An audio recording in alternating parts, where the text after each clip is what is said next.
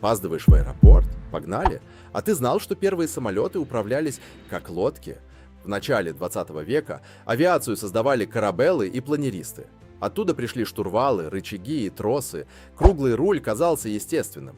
Проблема вскрылась очень быстро. Самолет летит в 3 осях. Вверх-вниз, влево-вправо. И еще крен, наклон на крыло. Круглый руль плохо подходил для этого. Пилоты путались. Куда тянуть, куда крутить, а что вообще происходит? К тому же руки у пилота были заняты не только рулем. Газ, смесь, закрылки, навигация – все управлялось вручную. Круглый руль требовал 2 рук и закрывал приборы. В 1910-х инженеры начали искать альтернативу.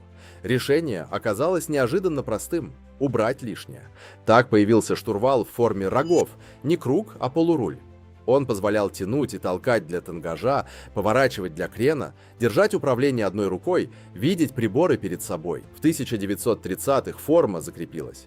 Военная авиация требовала точности и скорости реакции. Ошибка стоила жизни. Позже, с развитием электроники, появился сайдстик – боковой джойстик. Его первыми массово внедрили в Airbus. Причина та же – меньше движений, меньше нагрузки, больше контроля. Сегодня форма штурвала – это результат сотен аварий, испытаний и ошибок. Он выглядит странно только до тех пор, пока не понимаешь, зачем он такой. И это чистый UX. Форма, которая осталась, потому что с ней самолеты долетали. Кстати, мы в Эвересте тоже делаем интерфейсы, где форма подчинена смыслу. А таксую я так, для души, если что.